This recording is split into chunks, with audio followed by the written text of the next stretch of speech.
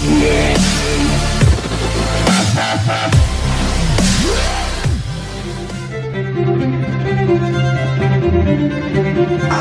hari ini lebih banyak kita sesi pertama adalah bicara mengenai undang-undang jabatan notaris dan perubahannya, ya.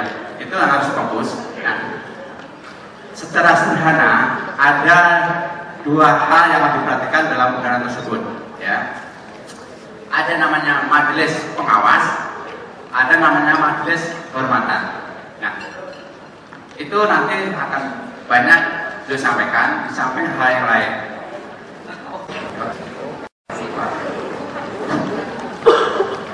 Para peserta pemutaran yang kami hormati, Assalamualaikum warahmatullahi wabarakatuh. Selamat pagi, salam sejahtera bagi kita semua. Rekan-rekan sekalian, bahwa kenapa harus ujian kode etik? Pertanyaannya demikian. Itu adalah amanah daripada Undang-Undang Jabatan Notaris. Dikatakan bahwa organisasi notaris wajib mendekatkan kode etik. Ya. Jadi saudara ini harus mempelajari materi yang akan diuji itu, yang harus dikuasai dengan sempurna, yaitu perubahan rumah tangga yang di Banten dan di Balikpapan. Ya, nanti panitia akan membagikan untuk sebagai bahan acuan. Ya.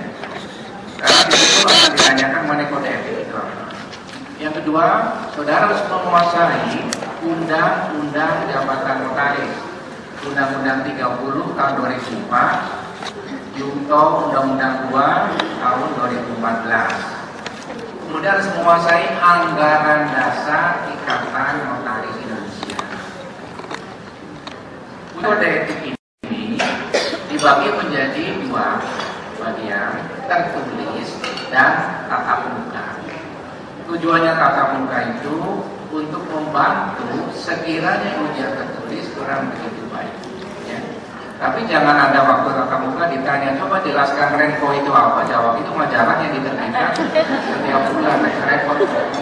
Ya, jawabnya. Ditanya Renko itu apa? Majalah. Ya.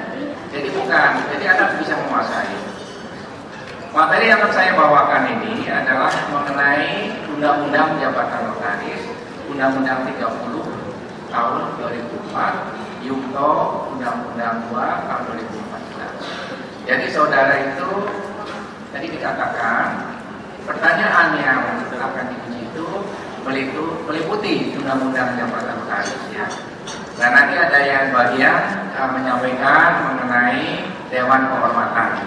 Itu ruang itu daripada ketentuan anggaran rumah tangga. Saya akan mulai saja. Bahannya sudah dibagikan ya, ya. Jadi saya kira saya ambil memberikan substansinya saja.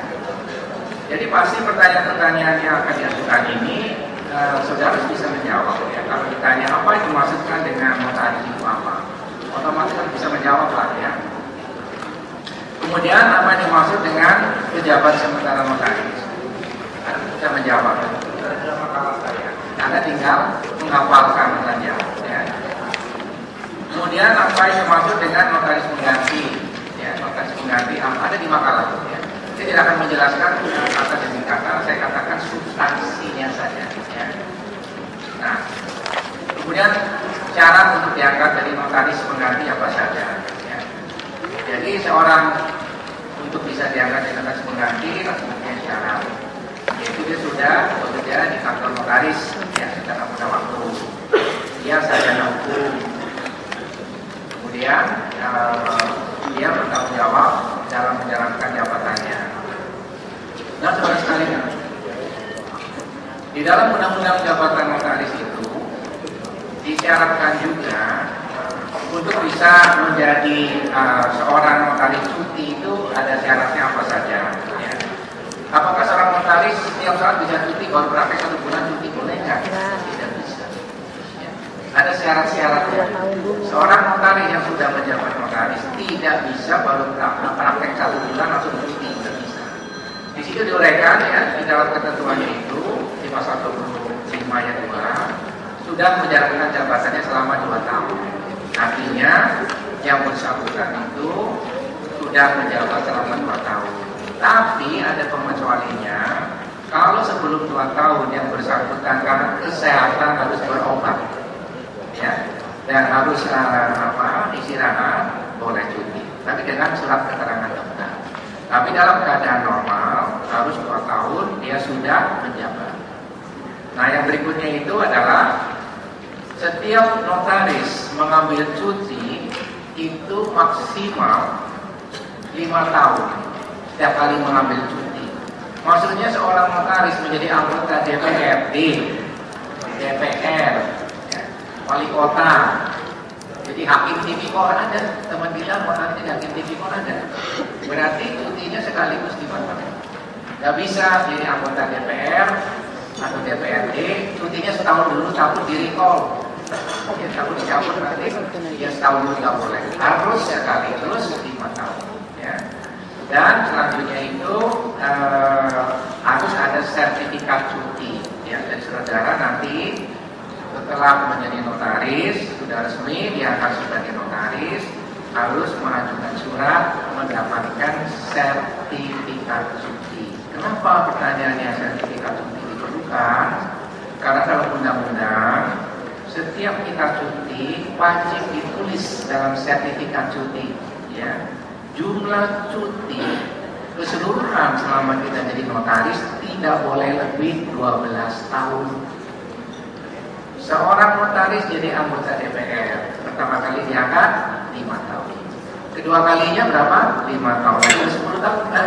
Ketiga kali diangkat lagi dari DPR, gak bisa cuti lagi karena sudah habis. Ya kan? 5 tambah 5 10. Tambah lagi 5 kali 15. Karena undang-undang batasnya 12 tahun. Jadi ya kalau mau jadi DPR lagi mengembalikan aja ini ya kepada Kemenkumham. Jadi artinya itu jumlah 12 tahun itu meliputi juga jumlah total. Sebelumnya notaris di kota Ponorogo pernah cuti 2 tahun.